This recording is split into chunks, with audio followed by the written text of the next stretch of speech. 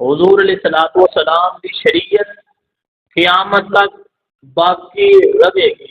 حضور علیہ الصلوۃ والسلام تو بعد کوئی نبی آ سکتا نہیں، نہ ہی کوئی اپنی شریعت لے کے آ سکتا ہے اور نہ ہی کوئی حضور کی شریعت کے تابع ہو کے نبوت کا دعویٰ کر سکتا ہے۔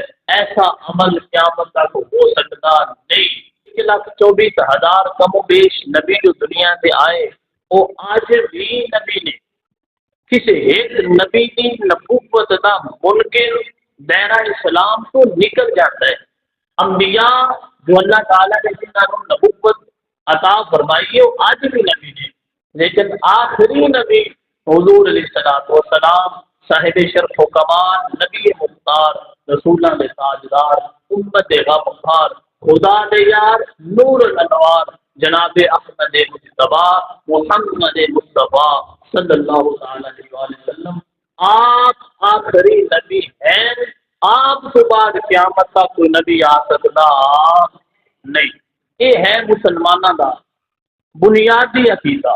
قادیانیوں کا سب تو بڑا جرم ہے کہ اتنے ستھرے پاکیزہ عقیدے دے اوپر انہاں حملہ کرنے کی کوشش کی۔ انہاں اپنے اس کانے مرزے نو نبی تسلیم کرنا شروع کر دیتا کہ مرزا غلام احمد قادیانی نبی ہے، اسی اینو نبی مننے ہاں، اسی آخری نبی غلام احمد قادیانی نو مننے ہاں۔ لہذا انہاں سب کو بڑا جرم کیتا، انہاں قرآن کا انکار کر دیتا، انہاں حضور دیا حدیثاں کا انکار کر دیتا، انہاں حضور دی نبوت کا انکار کر دیتا، انہاں حضور دی ختم نبوت دے منکر بن گئے۔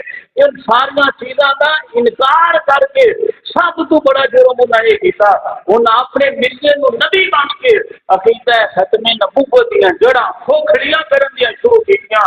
لیکن الحمدللہ رب العالمین اس ختم نبوت ورگی عقیدے دا تحفظ میرا رب فرما رہا ہے کہ میرے رب دے ایک بندے فرما رہے ہیں۔ یعنی انہوں نے فوج بھی اپنی سی، انہوں دا عدالتی نظام بھی اپنا سی، انہوں نے جڑا خلیفہ ہوندا سی مرزا غلام احمد قادیانی دا، وہ ہی انہوں دی اس ریاست کا وزیر اعظم سمجھا جاتا سی۔ پاکستان دے اندر رہ کے پاکستان دے نال غداری، پاکستان دے اندر رہ کے اسلام دے نال غداری، پاکستان دے اندر رہ کے قرآن دے نال غداری، پاکستان دے اندر رہ کے حضور دے فرمان دے نال غداری کردیا ہویا اچھا دراز تک انہیں 1034 ایکڑ سے اپنا قبضہ جما کے رکھیا۔ اپنا عدالتی نظام علیحدہ ہے، فورس علیحدہ ہے، اپنا وزیر اعظم علیحدہ ہے۔ وجہ کیا ہے؟ مقصد کیا ہے؟ اسینا کے اندر رہ کے اسلام کو بھی نقصان پہنچائیے، قرآن کو بھی نقصان پہنچائیے، اسی پاکستان کی جڑاں کو بھی کھوکھلا کریے، پاکستان کو بھی تقسیم کر دیجیے۔ آج بھی وہ اپنے اس ناپاک گندے ارادے کے اندر کامیاب سے نہیں ہو سکے، لیکن انہوں کی کوشش اتنی زیادہ تیز ہے تھوڑی سوچ وقت تک نہیں پہنچ سکتی۔ سن 1987 کے اندر 328 افسران جڑے ساری اسلامی فوج کے اندر شامل سن، وہ مرزئی قادیانی اور عاملی گروپ کے لوگ سن۔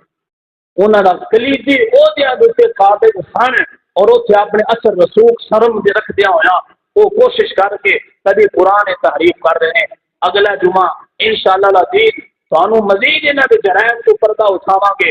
اس وقت بھی اسلام اور قرآن کی کس حد تک مخالفت کر رہے ہیں۔ جتنی دیر تک دشمن نو دشمن نہ سمجھیے اونی دیر تک بندہ کامیاب نہیں ہوتا۔ جدو دشمنوں نو سجن بنا لئیے پھر اسلام نہیں بچدا، پھر قرآن نہیں بچدا۔ جدو انہاں کول قرضہ لے کے تلیاں انہاں دی سچیاں ہوئیاں ہڈیاں اسی چمن تے چکن لگ پئیے پھر قرآن سے پہرا نہیں دیتا جا سکتا۔